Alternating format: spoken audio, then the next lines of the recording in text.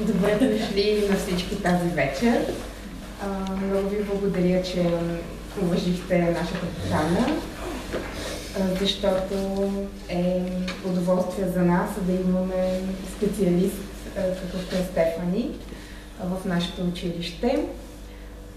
Благодаря също на Таня и на Стив, които ни помагат за осъществяването на нашия проект, за интегрирането и образователната подкрепа на деца с специални образователни потребности. Това, което ние правим в нашето училище от няколко години и се опитваме да осигурим подходящата среда за тези деца, така че да наистина да подкрепим тяхното развитие, вписване в училищната общност и всичко, с което можем да бъдем полезни както на самите деца, докато са в училище, така и надявам се да можем да бъдем полезни на вас с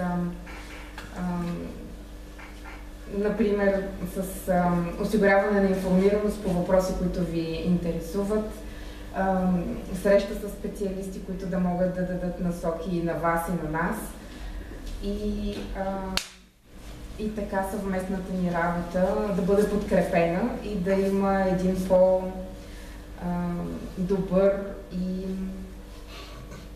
така видим резултат, за който всички ние се надяваме. Тази вечер е посветена на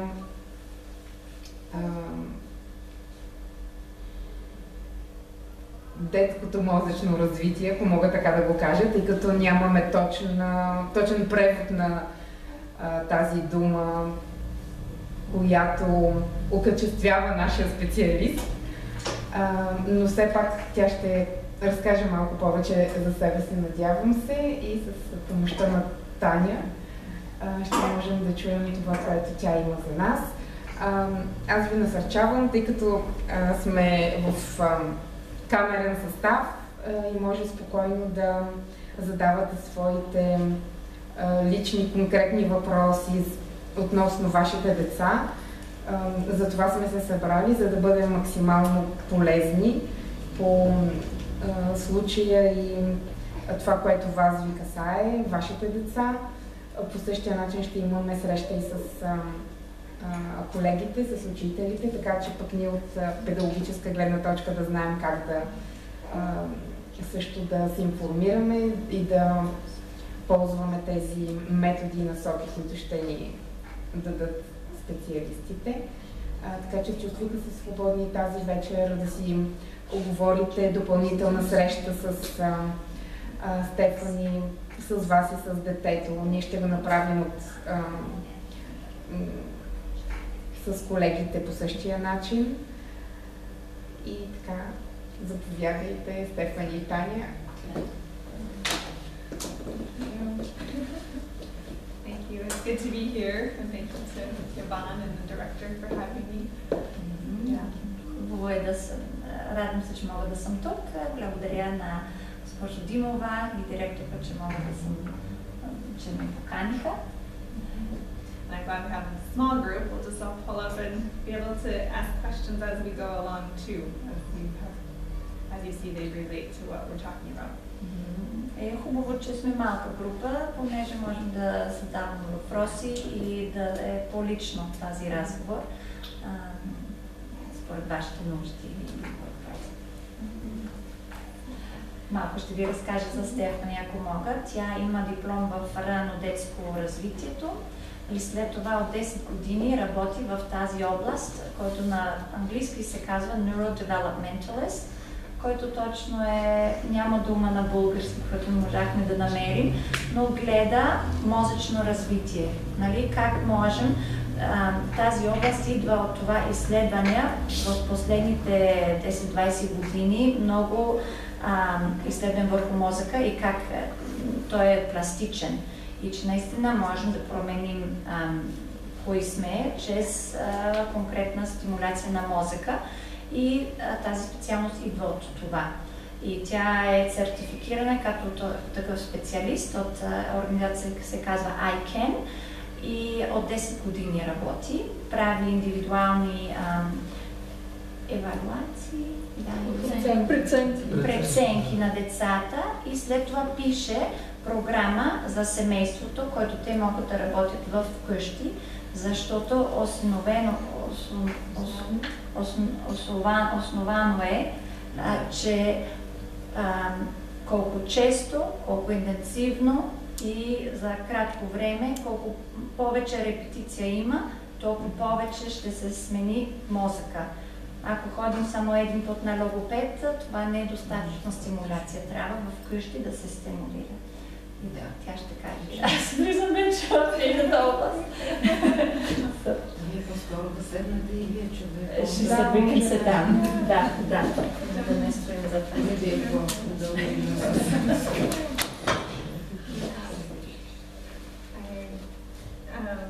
This is just about me. I work with children and provide evaluations.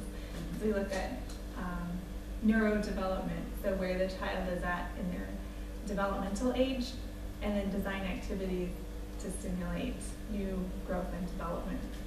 Ние гледаме къде е детето в невроразвитието, в развитието на мозъка. Гледаме къде е това дете и какви специфични неща можем да правим, той да се развива в това. So part of what we will talk about is reading and writing and reversal, some of dyslexia here. Малко това, което ще обсъдим е четене, писане и когато се обърнат нещата, като в дислексия. And this is my sister Allison and Jacob. And Allison is my sister. She has Down syndrome, and Jacob was a student I worked with that had dyslexia. Тук Алисън е нейната сестра, тя има синдром на Даун. Джейкъб е едно момче, с което тя работя с дислексия. And at first, when I first saw him, he was 8 years old, and he was running and jumping on the furniture in the house and throwing himself against people, and could not sit still to read, and they had to keep changing the reading material because he could not understand phonics, the sounds of the letters. Когато започнах да работя с него на 8 години, той се хвърляше в мебелите, тичаше, беше много активен, търсеше сензорна стимулация, не можа да сяда достатъчно време да може да чете, да прави академична работа. Трябваха непрекъснато да сменят това, което чете, защото не разбираше каквото четеше. So throughout the night you'll hear more about these two students. През тази лекция ще чувате повече за тези две студенти. So the science behind the neurodevelopment is the dendrites of the brain can connect faster through specific stimulation and intervention. Dendrites. Дендрити могат, когато те те могат да се свържат по-бързо чрез конкретни специфични дейности, които се стимулация. And that is called neuroplasticity. Това се нарича мозъчна пластичност. And recent researchers have said these things. It is possible for the brain to change and make new connections. That was in 2007, I think. И изследвания в последните години показва, че наистина е възможно мозъка да се промени и да направи нови връзки. And so we use specific activities such as calling and creeping and other activities and fine motor, auditory and visual pathways. И ние използваме специфични дейности да стимулираме аудиторния канал, визуалния канал, чрез тази дейност, crawling, creeping. Да, който е, нали, тази координация, който е обратна, как се казва, bilateral, да, може би тя да ти умееш. And so this is a picture of how the dendrites grow on a typical person. They start a small growth when they're 1 year old, and you get the most growth by the age of 30 years old. Where they're still growing during that 30. Това е с снимки как тези дендрити растат. На 1 година е тази първа снимка, 7 години 13, а най-много развитието или connection, най-много от връзките правят между 30 и 60 години. Yeah, and then they start to намаляват. Age. and so it's never too late to work with a child. We can always, or an adult even, they can always learn. Това е дадено да се знае, че никога не е късно да се работи с някой, може дори да е възрастен, че още има пластичност. So let's see how we can influence the brain to learn and grow from its environment. We're going to start with можем да влияем мозъка да учи от неговата среда. The auditory system, touch, taste and smell, and the visual system. И гледаме 5 сетива, от който ние поемаме информация от средата ни, което е аудиторно, визуално, тактилно, меризмата и вкус. So the brain is able to change through intense, short activities done on a regular basis. Takže те са установили, че мозъка може да се промени, ако имаме интензивни, кратки и чести стимуляции на мозъка. And so we call it frequency, intensity, and duration. Да. Понякога мислим повече, по-добре, но те отказа се, че кратко, интензивно и по-често е най-добрия начин. So all of those connections begin when a child starts to move and look around and take in their environment. All of these connections. Всички тези връзки започват, когато детето започва да разгледа, да се движи, да поема информация от средата, от наоколо него. So, another way to say it. Yeah, so we get down, it's important that children get to have time to crawl and move around as babies too. И много е важно, започва тук с tummy time, казваме, детето да има време на корема. Понякога не искаме да ги слагаме на пода, но казва се, че е изключително важно това, тази част, защото работи мускулите и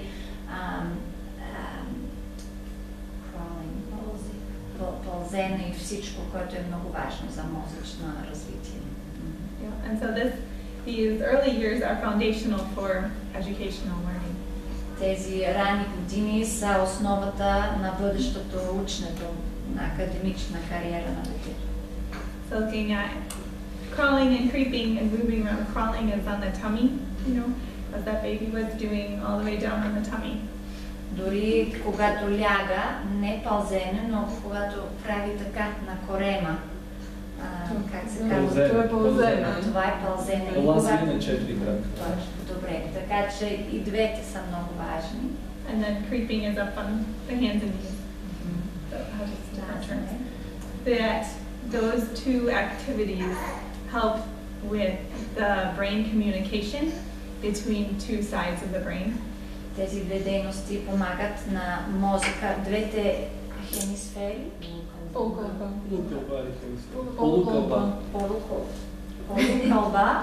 на мозъка да общуват един с друг. And it helps long-term memory. So it helps the child establish the hand that they write with and remember what they see and hear. И помага с дългосрочна памет и да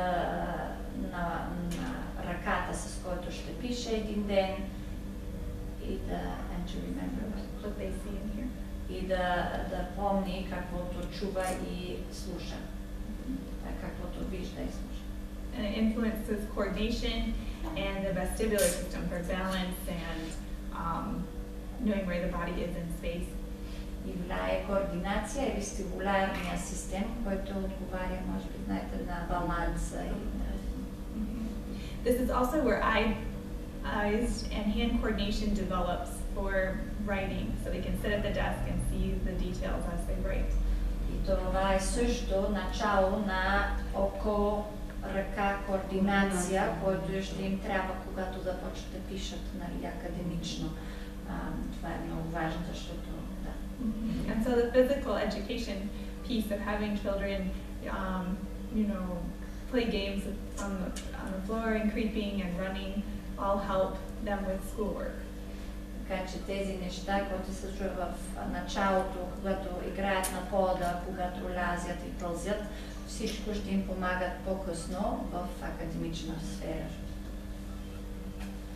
So here we have two hemispheres of the brain. We'll talk about long-term memory first, because Имаме две полусфери. И ще говорим за тях. we'll look at long-term memory first. И ще погледаме първо дългосрочния памет. So I had a student who couldn't remember his sight words or the sounds of words to sound out words day after day. Имаше едно дете, което не можеше да си спомни как да пише на английски, нали, не се пише както се чува, но нито знаеше как да пише тези думи, нито да чува звуците на думите. Spelling was hard for him. He didn't remember what he saw for math facts or Писането и математически факти бяха трудни за него, защото не помнише това, което виждаше и учеше. So he would have good days and bad days at school. Some days he would be able to remember, and some days he just could not recall what he had learned the day before. Имаше добри и лоши дни, понякога можеше да помни, понякога не можеше да помни това, което беше учил в предишния ден. And we found he didn't have a hand that he was writing with on a regular basis. He would do some things with this hand and some with the other. И установиха, че нямаше една ръка, с който той предпочиташе да пише. Един ден пишеше с тази, друг с тази. And so some information was going into the subdominant hemisphere, which is the creative, musical, random storage area. Затова някаква информация отиваше в поддоминантна хемисфера, което е свързано повече с музика, креативност, емоции. And then the other information was going into a logical storage place. You know, so it was math facts were all together and spelling was all together.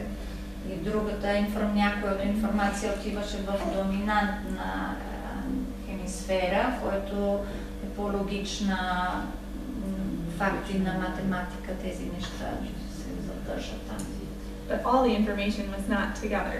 Но цялата информация не беше заедно. Едните бяха в тази сфера, другите в тази. So when he would go to work on his paper, he would have to sit and think and try to find information as if it were in a messy bedroom. И когато той сядаше и опитваше да учи, той трябваше да потърси тук горе, като в една разхвърлена стая, да си намери своите неща, защото не бяха в определени места. And so, the difference is that it's an orderly filing cabinet. What is an orderly? If you can remember things stored in your dominant hemisphere, if you are organized for good recall of information. Ако можеш да организираш мозъкът ти хубаво, за да можеш да извикаш информация, е хубаво като такава система, нали? Instead of a messy little toy box. Вместо на разхвърлена кутия с играчки.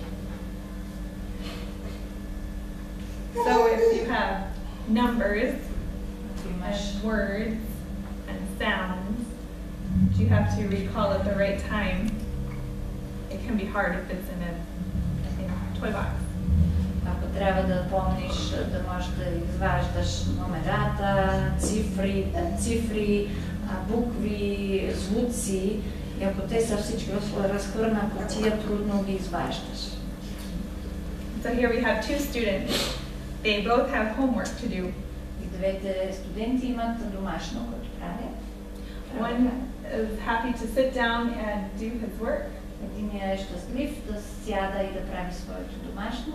and the other one runs outside as fast as he can to get away from it and avoid it. И другият е, че колкото бързо може да го избяга.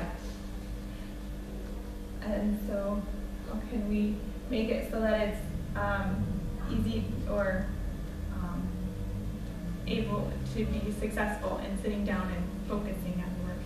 И как може да помогна това дете да може и да се чувства успешно, да сяда и да прави своето работа.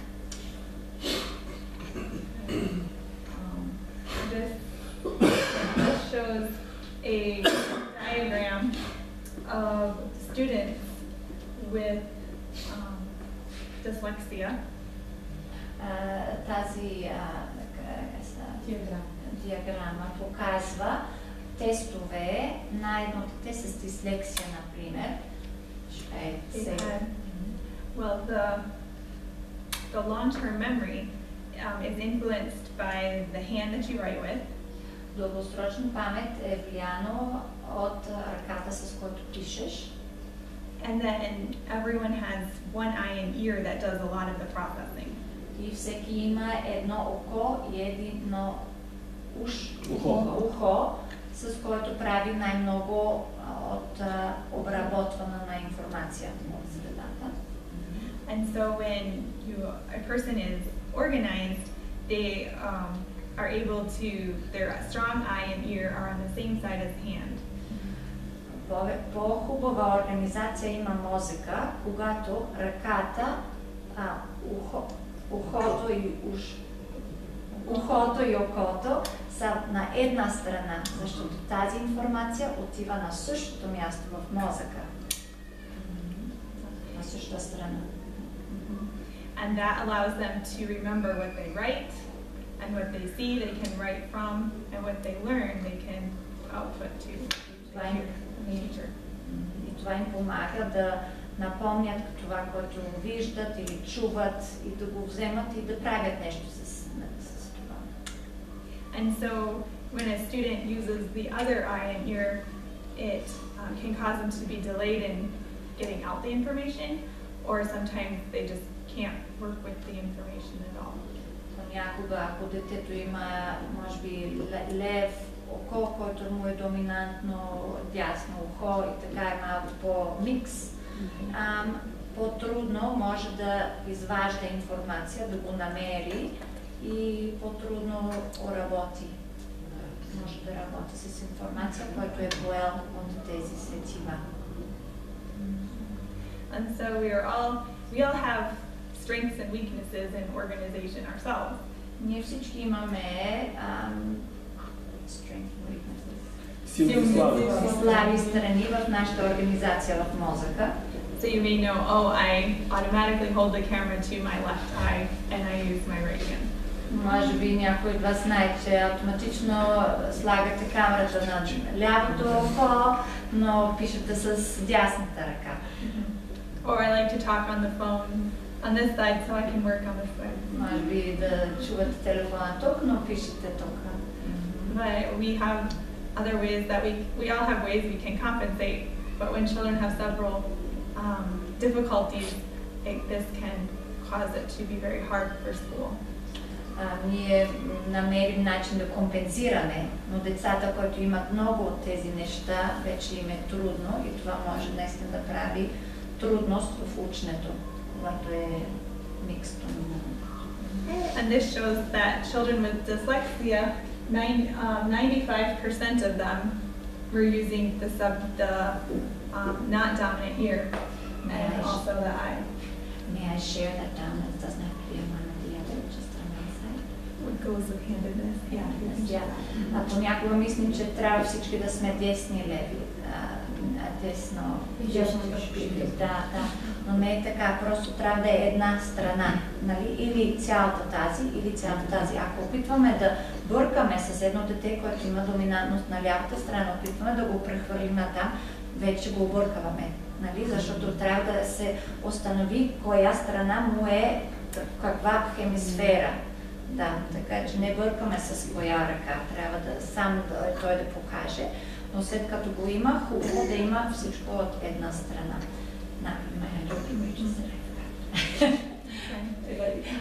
Че в дислексия се виждаше, че тези деца, 95% от тях използваха, може би пише, точно така, обратната страна на око или ушко. Sorry. So you may observe a student and know he has emotional highs and emotional lows, or they get set off very quickly and it takes a long time for them to calm down. Може да наблюдавате едно дете, което има емоционално много се вълнува или много пада надолу, нали, тези емоционални вълни и трудно се успокоява. Or a child gets overwhelmed easily. Или може би едно дете, което лесно се Идва в повече. идва на повече, раздява се, да. And then, or a child knows the material, but when it's time to take the test, they have test fright. Или може би знае материала, но когато сяда да вземе изпита, има страх и забрави всичко. A child is forgetful. They know it one day and not the next. Или едно дете, което един ден знае материала, а друг ден не го знае. So it's a very unreliable memory. И изглежда като много Ненадежда. Да, че не можеш да разчиташ. Ние казваме неуслужливо това. Не можеш да разчиташ на. And then they need a lot of review. You just need to go over and over the material. И тези деца имат нужда от много повторна. Now, are some of you teachers here at the school? No, they are all parents. Excellent. Good. Good. So what can you do to observe if your child needs, is using the subdominant eye or ear? What can we do to observe? What can we do to find out what they're doing? Как бихме могли да установим кой са му доминантни? This is what I'm going to share with the teachers tomorrow, so I'll let you in on it too. Това ще споделям с учители утре, но искам да го споделям и с вас. So once they have a hand they write with, so they're school age. Като имат вече ръка, с който им е доминантно, с който пишат, защото това не може като са малки да се, нали, трябва като вече училищна възраст. Това се определя. Като има такава ръка. You can see what ear they listen with. Може да видите с кое ухо чуват, слушат. By handing them your watch and seeing which ear they hold it up to. Може да му дадете нещо. Часовника, с кое ухо първо тръгва да го, да?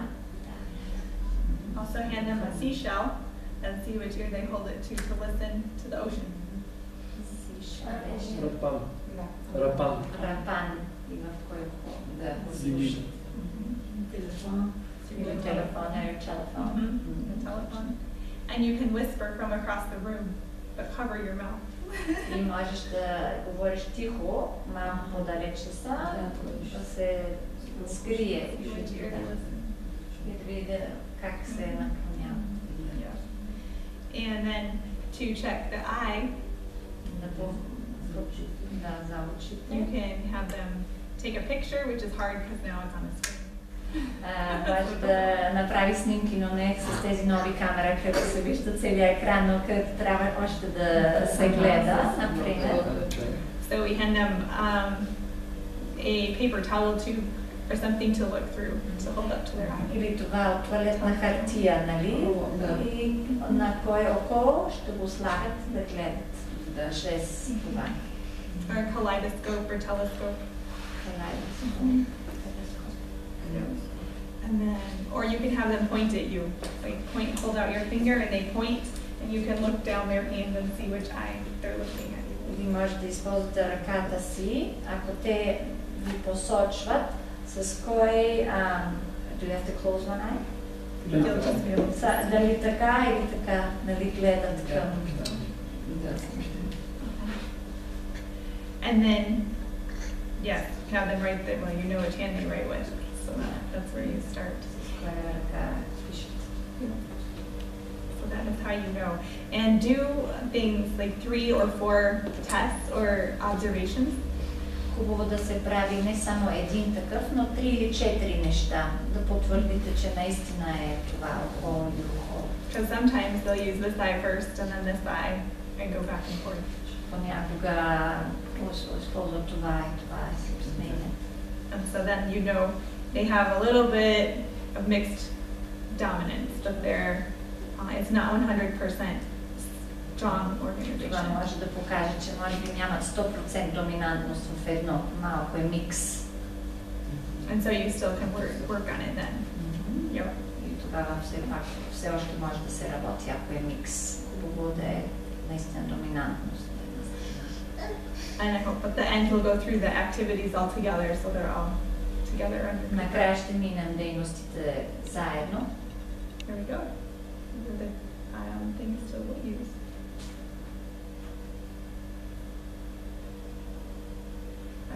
Foot. So you can check foot dominance.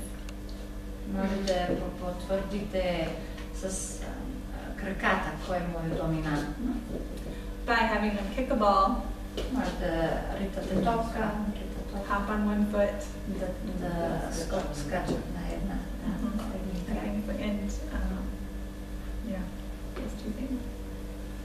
So good. Then going on to short-term memory. Сега ще говорим малко за кратък памет. It's hearing things and using them right away. Това е да чуваш нещата и веднага да го използваш. For following directions. Това включи да следват инструкции. For social maturity. Социална зрялост. And reading comprehension. И да знаят какво са чели. Разбиране на смисъла. Разбиране на смисъл на това, което са чели.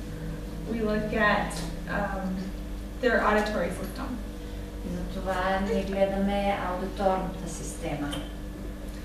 And today we have a very visual society. Днес имаме много визуална общество, всичко, много информация визуално поемаме. Television and billboards, phones. Телевизия.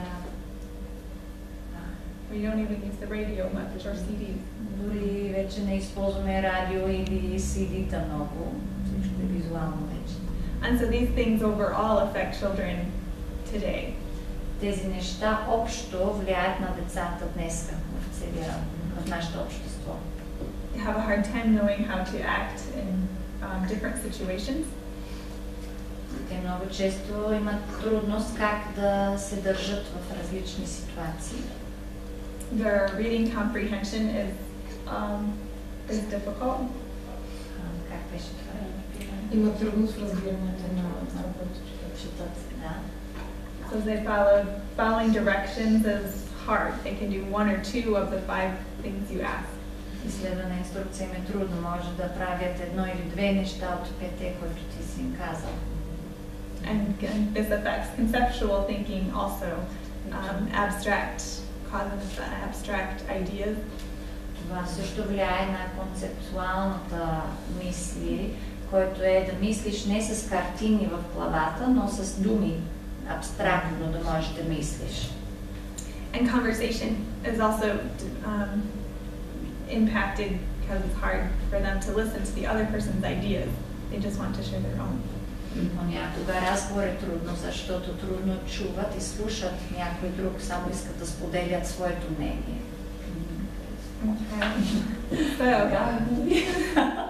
Do you have a piece of paper? Ако имате лист, I'm going to have you. Тя ще прави едно упражнение с вас. I had a notebook that I passed around. Very good.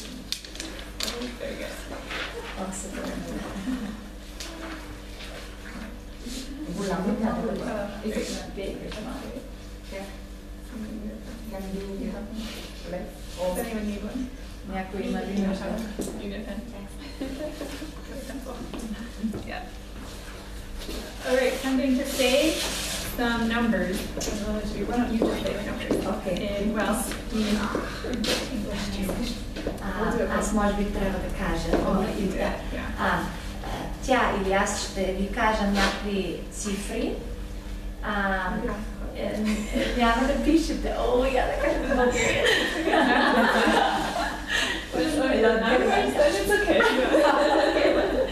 Аз ще ви кажа един ред цифри. Искам само да слушате и след като свършвам, вие опитвате в същия ред да ги запишете. Готови ли сте? Точно, не пишете преди да съм свършила. Това става на first time. 5, 2, 7, 4.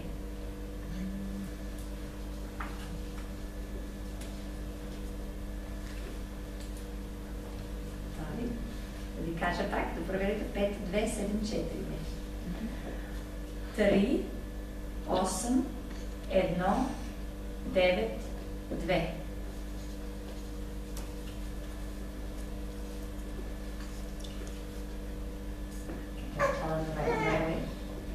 Извинявайте. Първо всички след това ще кажа. Окей, готови? 8, 4, 0, 5, 3, 8.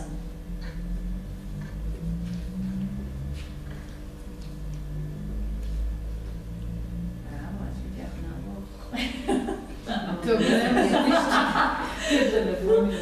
Окей, готови? 6, 1, 3, 9, 5, 2, 7.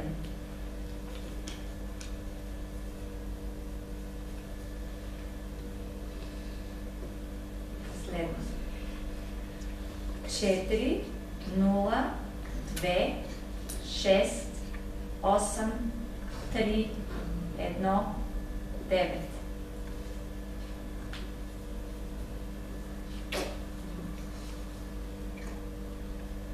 Добре, ще ги повтарям сега отгоре. Първото беше 5, 2, 7, 4. След това 3, 8, 1, 9, 2. След това 8, 4, 0, 5, 3, 8. След това 6, 1, 3, 9, 5, 2, 7. И последно беше 4, 0, 2, 6, 8, 3, 1, 9.